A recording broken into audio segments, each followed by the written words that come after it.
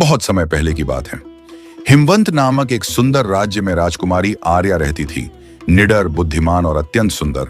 वह बचपन से ही किताबों, रहस्यों और लोक कथाओं की दीवानी थी।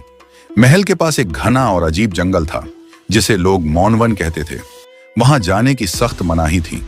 कहा जाता था कि उस जंगल में एक रहस्यमयी सांप रहता है जिसकी आंखें सोने जैसी चमकती हैं और जो मन की गहराइयों को पढ़ सकता है।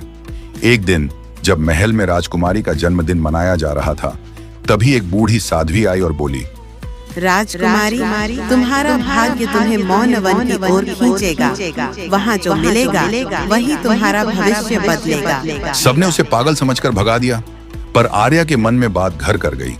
कुछ ही दिनों बाद आर्या को सपनों में सोने सी आंखों वाला सांप दिखने लगा, जो कुछ कहना चाहता था पर आवाज नहीं निकाल पाता। जिज्ञासा से व्याकुल होकर एक सुबह वह अकेले ही मौनवन की ओर चल पड़ी। रास्ते में कांटों, दलदल और अजीब सी फुसफुसाहटों ने उसे डराने की कोशिश की, पर वह नहीं डरी। जंगल के बीचों बीच उसे एक झील मिली जिसके किनारे पर एक विशाल सांप कुंडली मारे बैठा था। वह सांप किसी सामान्य प्राणी की तरह नहीं दिखता था। उसकी आंखों में थकान, इंतजार और एक अनकही पीड़ा थी। सांप ने राजकुमारी की ओर देखा और उसकी आंखों से आंसू बहने लगे।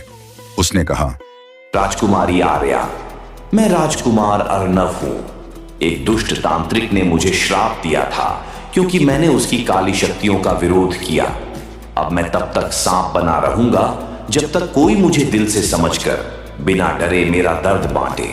आर्या ने उसकी आंखों में देखा और कहा, तुमने अकेले लड़ाई लड़ी, अब मैं तुम्हारे साथ हूँ। जैसे ही उसने सांप का सिर सहलाया, एक तेज रोशनी फैली और सांप धीरे धीरे एक सुंदर और वीर राजकुमार में बदल गया। राजकुमारी उसे महल ले गई जहां राजा और रानी को पूरी बात बताई गई। साध्वी फिर प्रकट हुई और बोली, जो सच्चा प्रेम करे वही श्राप को तोड़े। राजकुमार और राजकुमारी का विवाह हुआ। मौनवन अब मौन नहीं रहा। वहां से संगीत की धुनें आने लगी। जंगल एक रहस्यमयी डर का नहीं, बल्कि प्रेम, साहस और विश्वास की कहानी बन गया।